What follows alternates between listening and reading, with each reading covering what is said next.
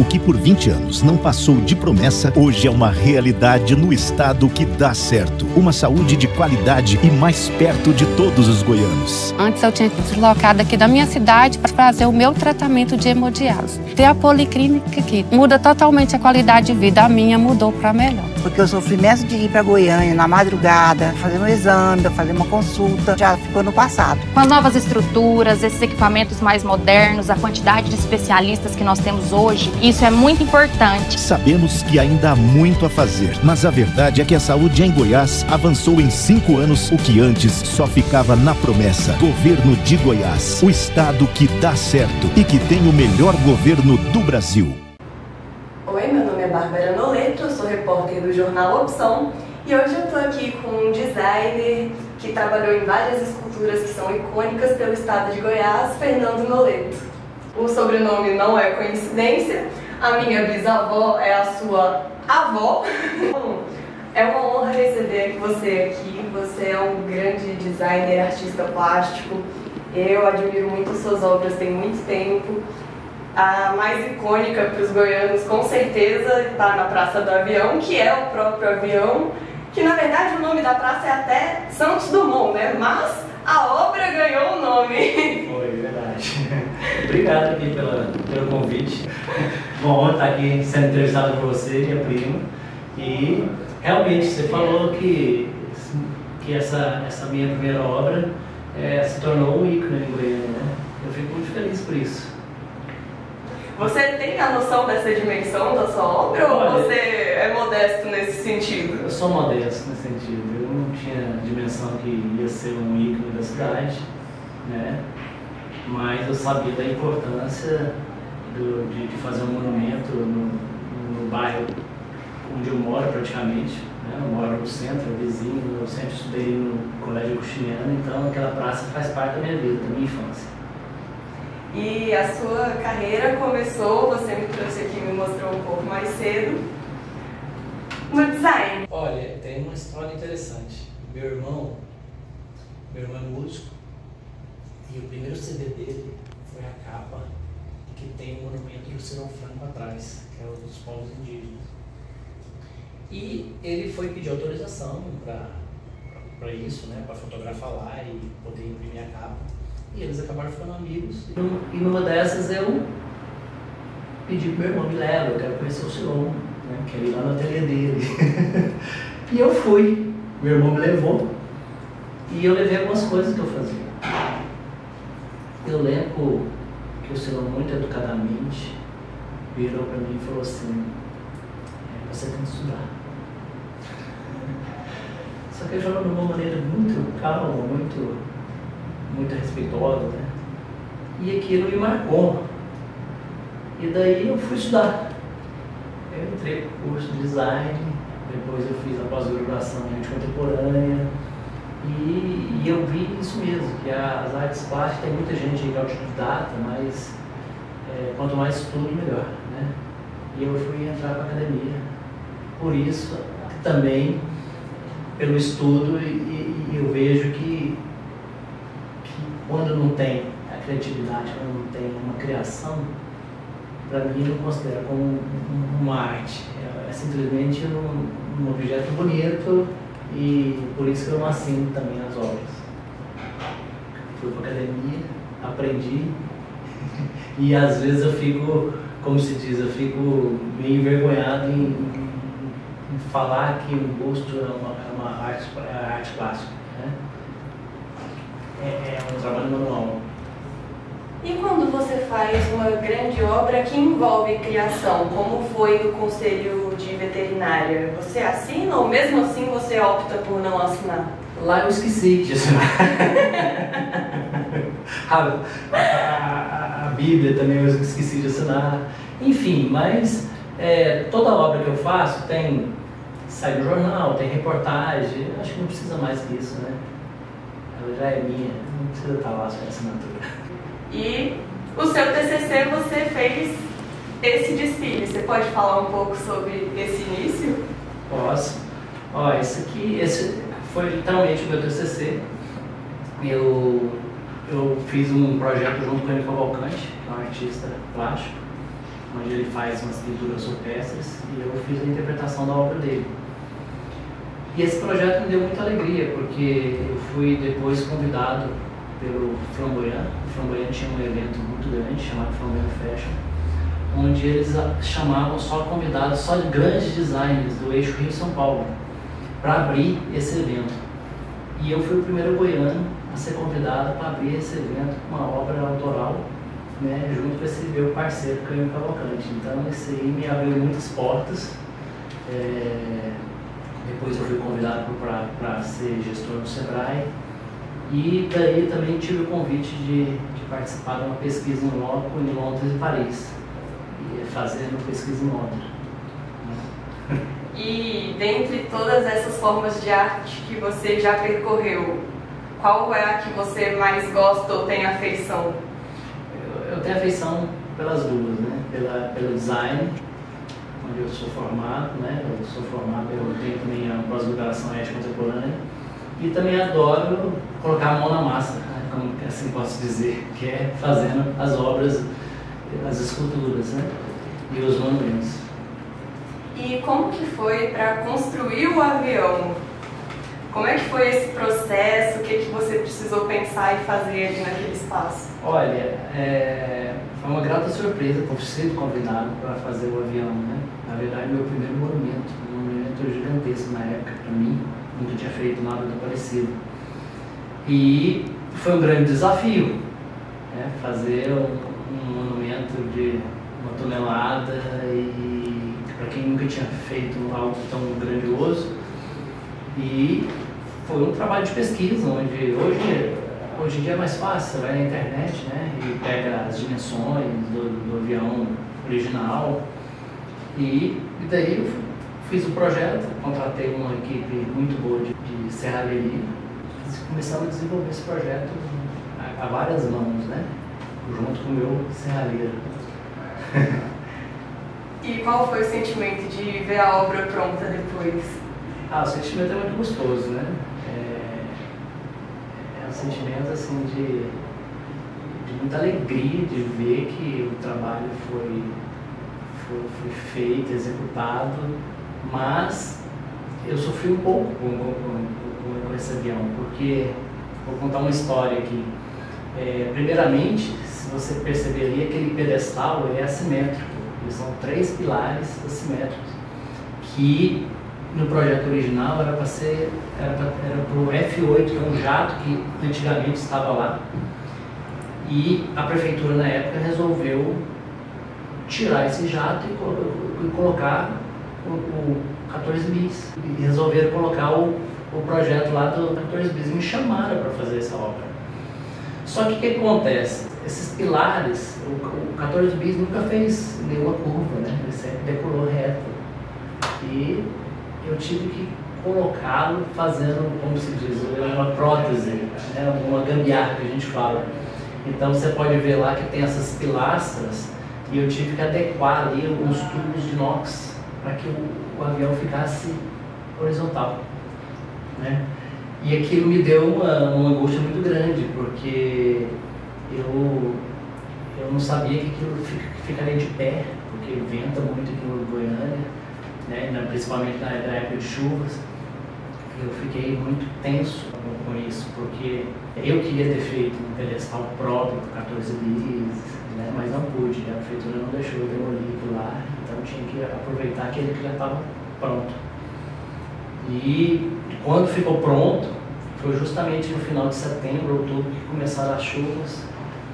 E eu só lembro que eu pegava o carro e parava ali atrás do avião, com aquela chuva imensa, aquele ventania, vendo o movimento do avião e torcendo para não cair.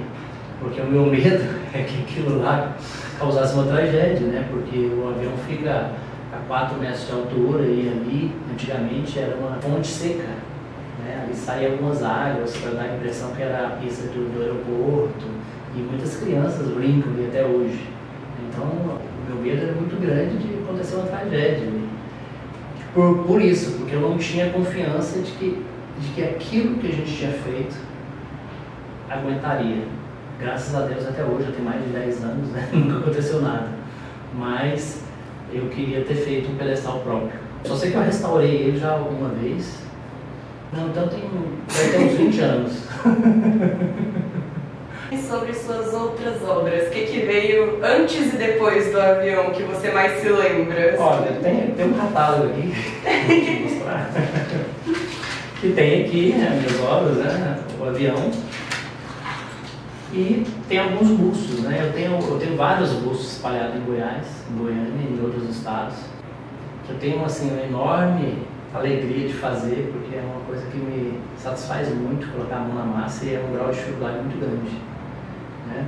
Comecei a fazer o busto através de um padrinho que eu tenho, que ele constrói vários monumentos gigantescos, e um dia ele me convidou para ajudá-lo a fazer alguns bancos de praça em outro estado que ele estava fazendo. Eu lembro que eu fiz o boto, eu fiz a onça, o tatu, o tamanduá, para ajudá-lo, e daí ele me convidou para ajudar a fazer alguns bustos.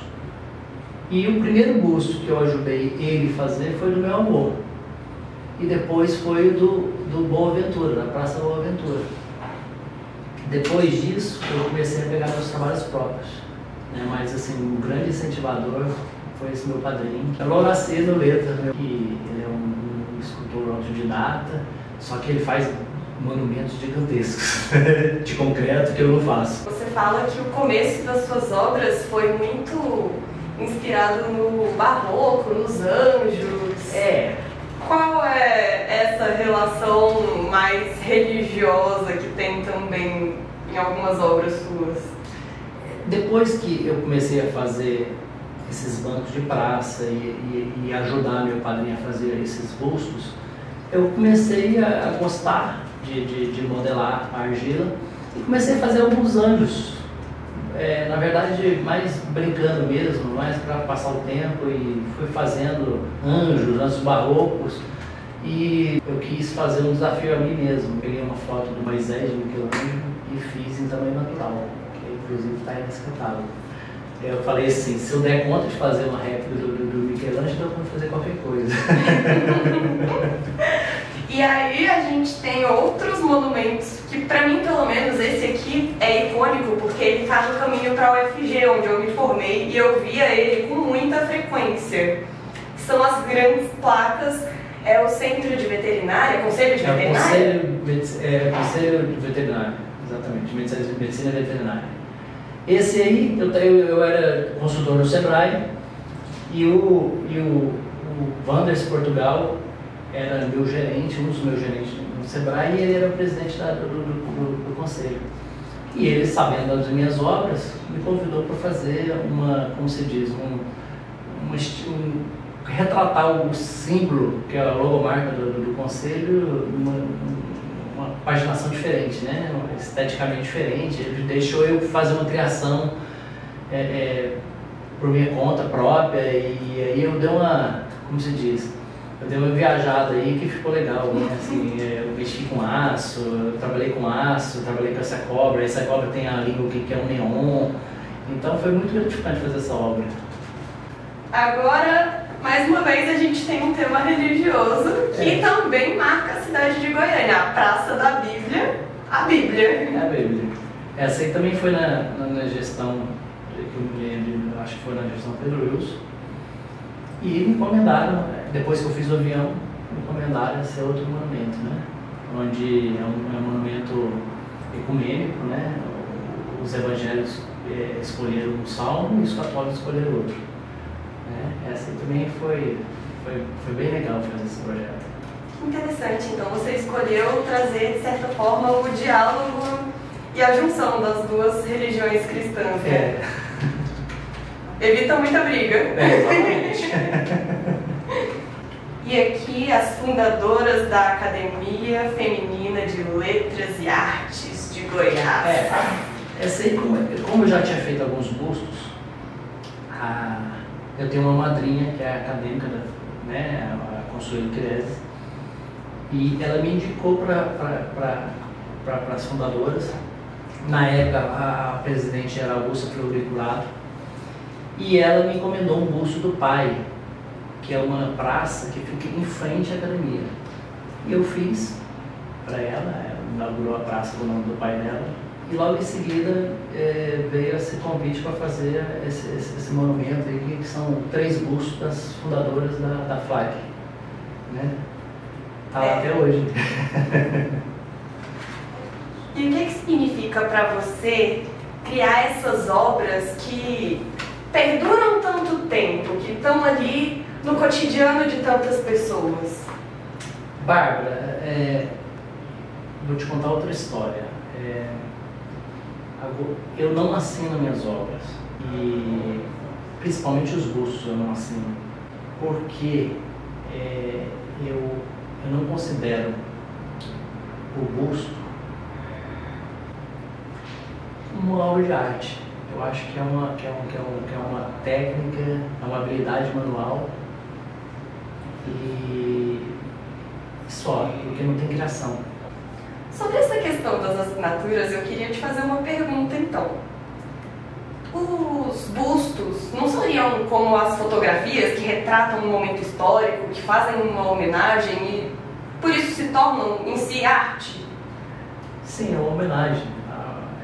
Porque, na minha concepção, onde não tem uma criação, não posso considerar como arte.